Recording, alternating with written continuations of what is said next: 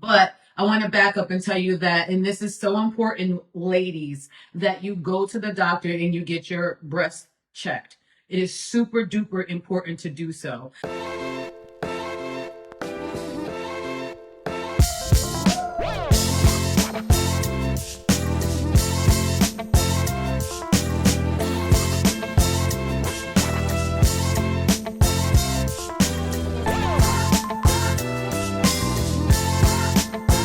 Hello, hello, hello, beautiful people. It has been so long since I have gone live. It has been a gazillion years since I've gone live.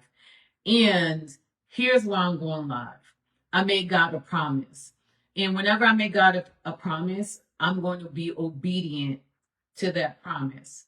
And the promise was, once I officially got the news that something that I had just went through, I was clear and free of it, that I would come and share it. So let me back up a little bit. Back in July, and here's where I want to say, this is going to become important for so many reasons. And I'm hoping that after I share this with you guys, you'll want to come out to our event on October the 22nd, I believe it is. I'm looking at my calendar. October 22nd.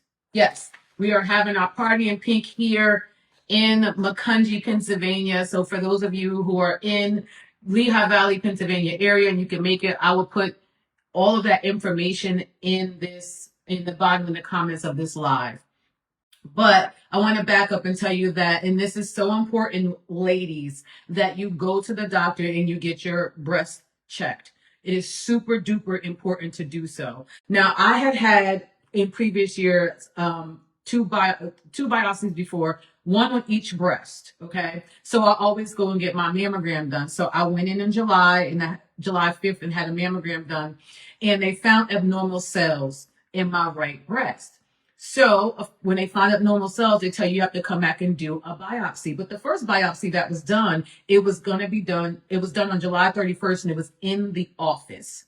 Okay, so you're in the office, in the mammogram machine, and they take a sample of where the abnormal cells is.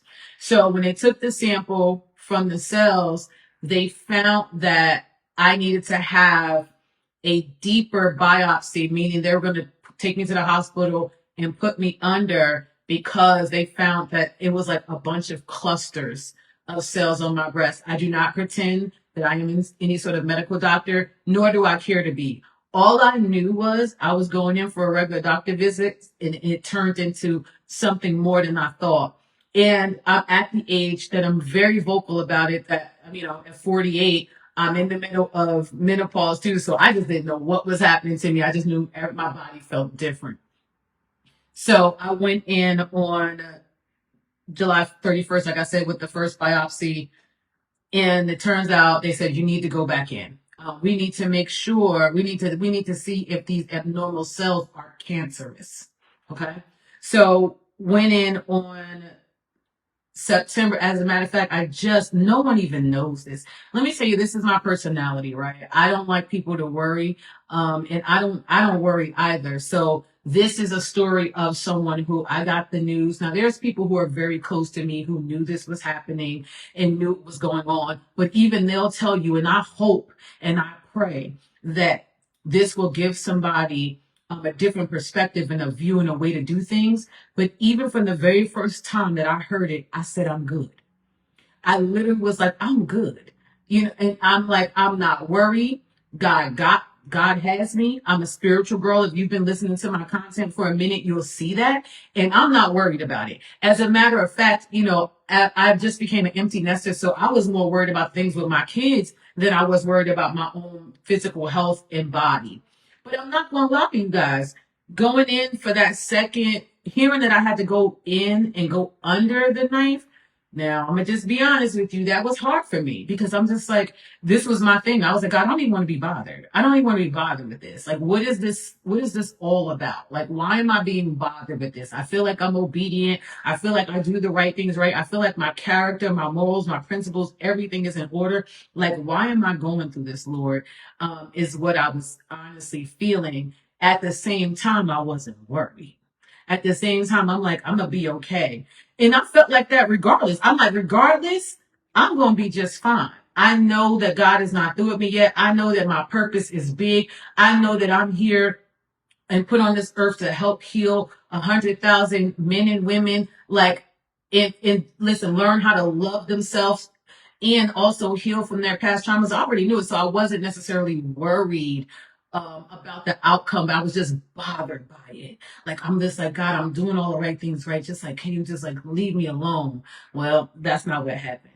So I then they scheduled a surgery for me to go on September 28th, and September 28th, I had my girlfriend take me to the hospital. Um, and I wanted a knife, and it was just like, man, I can't even believe this is happening. And at that time, they went in and they took out the biggest cluster that was in my right breast. They took it out. And today was the day that I was supposed to go in and get the official results. I just have to tell you that throughout this process, I have what I call my praying friends. And I'm not talking about this get on the internet, please pray for me thing. No. I'm talking about my intercessors. I'm talking about people who really know how to go in the spirit and pray. And they was actually telling me that I'm going to be okay. Tonisha Johnson, my girl. I mean, like, I got praying people with praying power.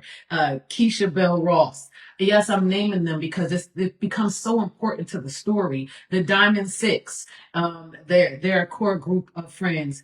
Damien McGee, who's my boy, who actually came up. Well, he was already coming to the Chiefs games. I'm just saying that because I'm a big hitter, but he was already coming up here to go to the Chiefs game. But because of what I was going through, he's like, listen. Like, he was like, listen, Bessie, I got you. You just come to the game. We're going to have a good time, just to get my mind off the fact that I just had surgery. He was just phenomenal. Kareem, my other best friend, like, listen, I'm a guy's girl, okay? Just, checking on me and making sure that I was good. And why am I sharing this with you? Because it's so important that, number one, ladies, go get your breast checked. Number two, surround yourself with the right people.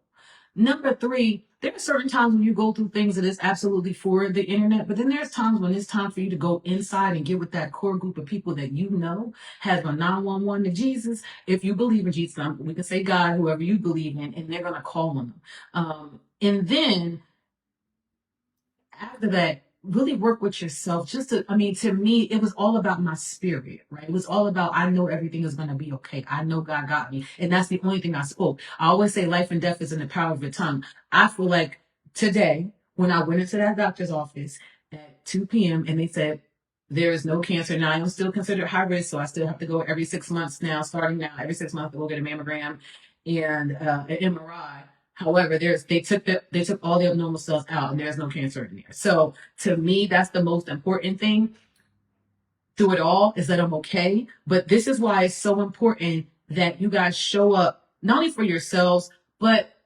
when we have these things, the power in pink, and we have these Zoomathons, and we do these things to raise money for breast cancer. That's why it's so important that you show up. It's so important that you donate and be there for other people, because I'm just so happy that to be one of the lucky ones that is surrounded by and I make sure that I'm surrounded by a great group of people. But not everybody has that.